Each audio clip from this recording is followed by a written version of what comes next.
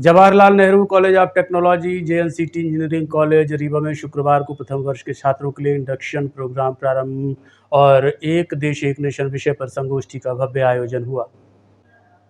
संस्था के chairman doctor S Tiwari और प्राचार्य मिहिर पांडे ने छात्रों का स्वागत करते हुए कहा कि इंडक्शन केवल औपचारिकता नहीं बल्कि जीवन की नई शुरुआत है। डॉक्टर तिवारी ने अपने संबोधन में अनुशासन, मेहनत और नवाचार को सफलता की कुंजी बताया। दूसरे सत्र में रीवा सांसद जनार्दन मिश्र की अगुवाई में एक देश एक नेशन विषय पर विचार संगोष्ठी हुई। मुख्य अतिथि मध्य प्रदेश के उप मुख्यमंत्री राजेंद्र शुक्ल रहे। उप मुख्यमंत्री राजेंद्र शुक्ल ने विस्तार से एक देश एक चुनाव के लाभ बताए। इस अवसर पर रीवा एवं मऊगंज के भाजपा जिलाध्यक्ष, कई गणमान्य नागरिक और बड़ी संख्या में छात्र छात्राएं मौजूद रहे। मान लीजिए यह लोकसभा 29 तक ही कार बंद हो जाए तो यह अभी तक हो, लेकिन अगर 29 का आसो बंद हो कि 5 साल चली। अब यह संशोधन में यह प्रावधान की गया है कि नहीं, यह लोकसभा के कार्यकाल 29 तक है, तो अगर 25 में चुनाव हो तो केवल 4 साल के लिए चुनाव हुई। 26 तक अगर यह लोकसभा बंद होती तो केवल 3 साल की चुनाव हुई। यह नहीं कि विधानसभा के अगर 20 में चुनाव होता है तो जितनी अवधि शेष रह गई केवल उतने अवधि के चुनाव हुए। विधानसभा बंद होती तो 5 साल के लिए चुनाव हो। यह प्रावधान है कि नहीं, 5 साल के लिए चुनाव न हो। जितना कार्यकाल हुआ अवधि के बाकी है, मान लीजिए 3 साल पहले विधानसभा बंद हो जाती तो केवल 2 साल के लिए चुनाव हुई। यह में से पंचायतन की हुई, जैसे नगर पंचायतन की हुई, नगर निगम की हुई, कि जितनी मूल अवधि, जितनी चुनाव के लिए निर्धारित मूल अवधि है, अगर बीच में लोकसभा, विधानसभा, पंचायत, जिला नगर पंचायत भंग होती है तो केवल शेष अवधि के लिए चुनाव हुई।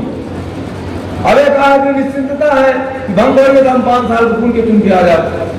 तो यह में से करत 2034 के लोकसभा चुनाव का यह माना जा रहा है कि 2034 के लोकसभा चुनाव अंतिम तिथि हो जाएगी कि 2034 के पहले तक लोकसभा, विधानसभा के जितने चुनाव अपेक्षित हैं, समय के पहले, समय के बाद, उन सब 2034 तक एक लाइन में आ जाएगी और एक साथ 2034 के लोकसभा, विधानसभा और 100 दिन बाद पंचायत, नगर निगम, नगर निकाय, नगर पंचायत की चुनाव हो जाएगी। यह से एक साथ पूरे देश में 2 अवधि में चुनाव पूर्ण हो जाएगी। एक लिए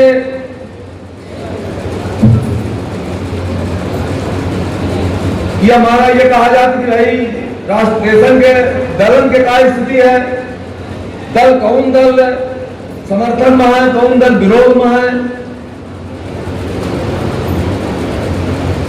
47 दलन से पूछागा, 47 दलन से ओमा 80% दल यह कहे कि एक साथ चुनाव हो चाहिए। समर्थन को भी क्षेत्रीय दलन के बाद उठावे कि क्षेत्रीय अस्मिता, क्षेत्रीय भावना के ठेस पहुंची। एक समर्थन करने वाले पर चौवा जब द्रमुक डीएम के जब सबसे ज्यादा स्वायत्तता और क्षेत्रीय अस्मिता की बात करने वाली पार्टी है द्रमुक तमिलनाडु के, वो कहा कि नहीं एक साथ 2 चुनाव हो चाहिए। अन्ना द्रमुक तमिलनाडु के जब सबसे विरोधी दल है, प्रतिपक्षी दल है, वो सरकार में रह चुका है, वो कहा कि नहीं एक साथ चुनाव हो चाहिए। असम गण परिषद क्षेत्रीय पार्टियां वो कहा कि नहीं एक साथ चुनाव हो चाहिए। इंडियन यूनियन मुस्लिम लीग को कहा कि एक साथ चुनाव हो चाहिए। अब विरोध में को है कांग्रेस पार्टी का एक साथ चुनाव न हो चाहिए, कहे कि वह तो 24 परंपरा एक साथ चुनाव पहले हो रहे हैं। कांग्रेस है 2 बेर चुनाव करावे के पक्ष, 3 बेर चुनाव के काम कांग्रेस की से वो कहा कि नहीं एक साथ चुनाव हो चाहिए। तृणमूल कांग्रेस पश्चिम बंगाल के ममता दीदी कहा कि एक साथ चुनाव न करावा। अब एक साथ चुनाव काहे न करावा वो हम आगे बताई थे। दीदी तो हमें कहा थी कि हम वोटर लिस्ट में सुधार न हो जाए। जब में से बिहार में चुनाव वोटर लिस्ट के सुधार हो रहा है तृणमूल कांग्रेस के कहा कि हम अपने प्रदेश में वोटर लिस्ट न बने दे, हम अपन वोटर लिस्ट बनाओ। ये प्रावधान है प्रदेश का, ये प्रदेश अपन वोटर लिस्ट बनावत है, बात है अपन वोटर लिस्ट बनाओ, हम अपने वोटर लिस्ट में चुनाव कराओ, केंद्र सरकार के वोटर लिस्ट में, केंद्रीय चुनाव आयोग के वोटर लिस्ट में चुनाव न कराओ। टीएमसी यह विरोध कर रही है। सीपीआई कम्युनिस्ट के राष्ट्र विरोधी भावना के लिए जाने पहचाने पार्टी है, जो स्वतंत्रता आंदोलन प्रदेश के विरोध की, चीन के साथ लड़ाई में चीन के साथ में रही, वो पार्टी का एक साथ चुनाव हो जाए। और राष्ट्रवादी कांग्रेस पार्टी, शरद पवार की पार्टी, इन 4 प्रमुख पार्टियां ही जो विरोध करती हैं। बाकी सब पार्टियां कहती हैं कि नहीं, एक साथ चुनाव हो चाहिए। अभी चुनाव काहे हो चाहिए, अब महीना हो रहा है एक साथ। अब या लोकसभा चुनाव के साथ सिक्किम के चुनाव, आंध्र प्रदेश के चुनाव, अरुणाचल विधानसभा के चुनाव और उड़ीसा के चुनाव लोकसभा चुनाव के साथ भें, और वह बेड़ी भर छाड़ के लगातार 20 साल तक उड़ीसा में लोकसभा विधानसभा के चुनाव एक साथ होते हैं, और दोनों में दिल्ली में आने पार्टी के लोग चुने और उड़ीसा में बीजू जनता दल के चुनी। सिक्किम में यह हालत थी, अरुणाचल के लिए हालत थी, आंध्र प्रदेश के लिए हालत थी। जहां जहां चुनाव है तो केंद्र सरकार के पक्ष में अलग वोटिंग की लोग, और प्रदेश सरकार के पक्ष के लिए अलग वोट की। कई एक जगह केंद्र सरकार और प्रदेश सरकार के लिए इकट्ठा वोट देंगे, एक वोट देंगे।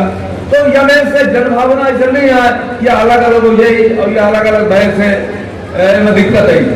लेकिन अपना आश्चर्य करो कि पहले चुनाव 51 में 10 करोड़ रुपया में भाव, कुल सरकार के 10 करोड़ रुपया खर्चा भा पहले आम चुनाव में, और 2019 के चुनाव में यह खर्चा होगा 3,920 करोड़ रुपया।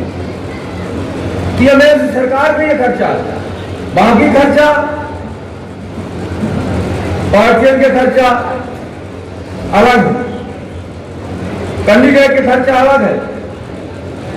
अब यह में से फायदा कहा है जब चुनाव के पहली चीज तो यह है कि एक मतदाता सूची बनी, एक मतदाता सूची पूरे देश में बनी। प्रदेश सरकार की कोनो मतदाता सूची न हुई, पंचायत के चुनाव के कोनो अलग से मतदाता सूची न हुई, नगर निगम के चुनाव के कोनो एक से मतदाता सूची न हुई, एक मतदाता सूची हुई जो केंद्रीय चुनाव आयोग के सर्टिफाइड मतदाता सूची हुई, ओके आधार पर चुनाव हुई। तो ऐसे दूसरा मतदान प्रतिशत देखा जा रहा है कि गिर रहा है। अगर एक साथ चुनाव हुई तो लोग यह सोचिए कि 5 साल में बेहरे वोट देगा पड़ी, तो अधिक से ज्यादा मतदाता मतदान करी। और यह एनालिसिस की नहीं लोग कि 11% से 20% तक मतदान प्रतिशत बढ़ जाए। जहां जहां एक साथ चुनाव होता है वहां 11% से 20% मतदान प्रतिशत बढ़त। ऐसे अधिक मतदान हो एक लिए या चुनाव, एक देश एक चुनाव चाहिए। दूसरा प्रशासनिक व्यवस्था, 70 लाख कर्मचारी, पुलिस अलग से, अर्धसैनिक बल अलग से, इनका बुलावे का परत बेरवे, और ऐसे कानून व्यवस्था में दिक्कत आवत थी, देश के सुरक्षा में दिक्कत आवत थी। इकट्ठा ये सब हो जाए तो जो बेर बेर आवे वाली दिक्कत है वो खत्म हो जाए।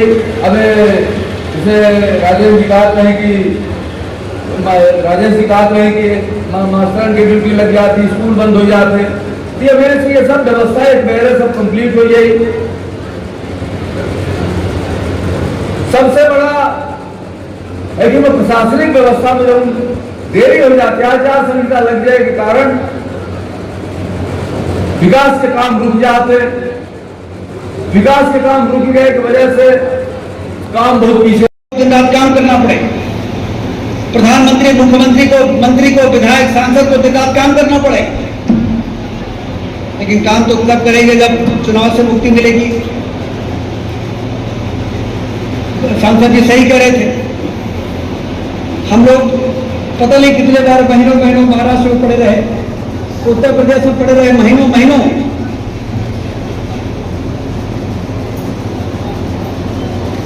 समय की खराबी, एनर्जी के पता नहीं हमारे वहां जाने से कितना वोट मिलता होगा, हमको तो नहीं मालूम।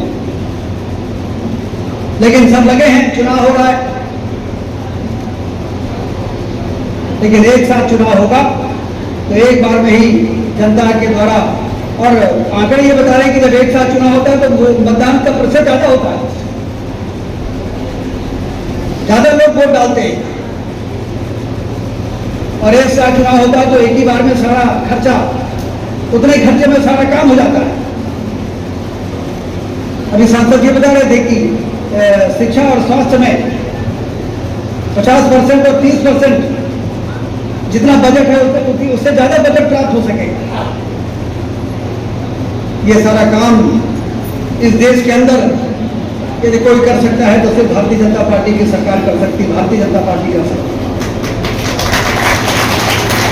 जैसे धारा 370 का झंझट हमेशा के लिए खत्म कर दिया। अयोध्या में भगवान राम का मंदिर बनेगा नहीं बनेगा, ये पंचायत भव्य राम का मंदिर बना के उस भारत के में रहने वाले लोगों के आस्था को का सम्मान किया। दुनिया में हमारी हैसियत बढ़ गई कि मजबूत इच्छा शक्ति भारत के नेतृत्व में है। कितना कठिन काम ठीक क्यों न हो कि जो राष्ट्र हित में है तो उसको करने की क्षमता भारत के नेतृत्व में है। पहले ऐसा नहीं था, पहले लोग कहते थे अरे भारत को लोग थोड़ा सा दिखाएंगे वो झुक जाए। पहली बार दुनिया को ये समझ में आया जब परमाणु का विस्फोट हुआ और अटल जी प्रधानमंत्री थे, अमेरिका के राष्ट्रपति ने उनको फोन किया कि आपने परमाणु का विस्फोट कर दिया, बताया नहीं। तो अटल जी ने कहा था कि परमाणु का विस्फोट हमने अपनी धरती पर किया, हमने परमाणु बम बनाया, बताने की क्या आवश्यकता है? कि नहीं, आपको मालूम नहीं है, पहले हमसे परमिशन लेना पड़ता है। अटल जी ने कहा कि नहीं, हम तो नहीं समझते कि हमें कोई परमिशन लेने की आवश्यकता है, कि अटल जी प्रतिबंध लगा देंगे। अटल जी ने कहा मिस्टर प्रेसिडेंट, यदि कल प्रतिबंध लगाने की आप सोच रहे हो तो आज लगा दो, लेकिन भारत अंतर्राष्ट्रीय दबावों में झुकने वाला भारत नहीं है। अपने शब्दों पर नशे के खिलाफ आंदोलन भी कर रहे हैं। ऐसे लोगों से नशा नहीं समाप्त होगा। नशा समाप्त होगा हमारे युवाओं को मोर्चा संभालने। जो लोग जमीन का धंधा कर रहे हैं वही जमीन को बेचने का आरोप लगाते हैं। जो शराब का धंधा कर रहे हैं वही नशा बढ़ गया है इसका आरोप लगा रहे हैं।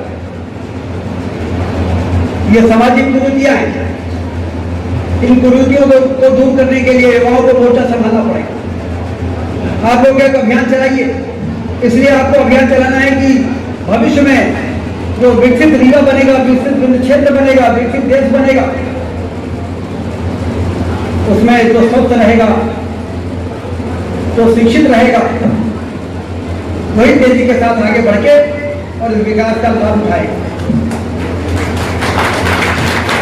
और जो नशे का आदी हो जाएगा, सब कुछ देखेगा लेकिन कुछ कर नहीं पाएगा, पछताएगा, परिवार के लोग रोएंगे, अपनी किस्मत को लेकर विलाप करेंगे कि जिस बच्चे को हमने पैदा करके बड़ा किया कि कल हमारे बुढ़ापे की लाठी बनेगा, वो गलत संगत में पड़ के और नशे का आदी बन गया है। हमने कसावट की है, नशा का धंधा करने वालों को धरपकड़ हुई है। नशा केंद्र, मुक्ति केंद्र भी बनाए हैं जिसमें कि यदि नशे कोई पकड़ में आ गया तो उसको वहां पे सुधार दें। कहा जाता है कि नशे का आदी आदमी को 60 दिन यदि नशा मुक्ति केंद्रों में रख दिया जाए तो उसके नशे की आदत छूट जाती है। उसका असर ये पड़ा है कि जो नशे की, मेडिकल नशे की जो शीशी 100 रुपए में मिलती थी अब वो 500 रुपए में मिल रही है, मुझे बताया है। इसका मतलब कसावट होती है। अपराधियों को जेल में भरा गया है, 500 से ज्यादा अपराधियों को जेल में ठूसा गया है पकड़ के। आप आशा करेंगे 600 लोग रीवा की जेलों में नशा का व्यापार करने वाले पकड़ गए और इसलिए सप्लाई कम हुई है और उसके कारण कीमत बढ़ गई है। लेकिन यदि हम सप्लाई कम भी करते हैं और यदि लोग ही उसको उठा के फेंकना शुरू कर दें, हमारे नौजवानी तो कोई कितना सप्लाई करेगा? इसके लिए युवाओं की भूमिका बहुत महत्वपूर्ण है, क्योंकि हम लोग विकसित भारत की बात कर रहे हैं, सुधार की बात कर रहे हैं, बेहतर भविष्य बनाने की बात कर रहे हैं, लेकिन बेहतर भविष्य तो आप ही के लिए है। तो आप लोग इसमें नशा करने वाले लोगों की जानकारी, उनको जेल में बंद कराने के लिए नहीं, उनको सुधारने के लिए अपनी भूमिका का निर्वहन आप ही कर सकते हैं। तो सारे युवाओं से मैं पूछना चाहता हूं, आप लोग इस काम में अपना योगदान देंगे कि नहीं देंगे? तो जरा हाथ उठाएं युवा जितने हैं, कॉलेज वाले। आप लोग को ये पता करना है, नजर रखनी है कि हमारे मोहल्ले का, हमारी गली का, हमारे परिवार का, हमारे कॉलेज का कौन सा लड़का ऐसा है जो कोरेक्स और नशे की आदत के चपेट में आ गया है। उसके साथ सहानुभूति रखना है, उसकी सूची बनाना है, उसकी सूची चुपचाप देना है, किसने दिया मालूम नहीं पड़ेगा। और प्रशासन और डॉक्टर्स उनको सुधारने का काम करेंगे, अपराधियों को तो जेल में बंद करेंगे। सप्लायर है, थोक विक्रेता, फुटकर विक्रेता, वो तो जेल में जाएंगे, लेकिन जो उसका सेवन कर रहे हैं वो सुधार केंद्रों में उनको सुधारने का काम होना चाहिए कि नहीं होना चाहिए? ये काम होना चाहिए कि नहीं होना चाहिए? बहुत धीमा बोल रहे हो, तेज से बोलो। हाँ, तो ये यदि होना चाहिए तो आप लोग इस मामले में भी कमर कस के मैदान पर आए, जिससे रीवा जब विकसित हो तो कोई ये आरोप न लगा सके रीवा के ऊपर कि रीवा में कोरेक्स या अन्य प्रकार के किसी नशे पर हमारे युवा उसकी चपेट पर है। बल्कि ये कहना चाहिए कि जाके रीवा में देखो किस तरीके से नशा मुक्त शहर, नशा मुक्त जिला बनाने का काम रीवा में वहाँ के नौजवानों ने कर दिया। उस प्रकार से दूसरे जिले के लोग ये उदाहरण दे कि अब रीवा ने इस काम को कर दिया तो फिर हमको भी इस काम को करने की आवश्यकता है। इसका संकल्प लेने के लिए सभी दोनों हाथ ऊपर उठाएं और बोले भारत माता की, भारत माता की। और लोगों को बताएं कि नशा नाश की जड़ है। नशा अपने लोगों को दुखी करता है, अपने माता पिता की तपस्या को समाप्त करता है। और इसलिए इसका सेवन ना तो हम खुद करेंगे, और यदि कोई कर रहा है तो उसको भी हम वो न कर सके, इसके लिए जो भी जरूरी काम है उसको हम करेंगे। एक बार फिर से मैं वन नेशन वन इलेक्शन, जो एक बहुत महान उद्देश्य, बहुत कठिन काम है, लेकिन कोई भी कठिन काम हो, मोदी है तो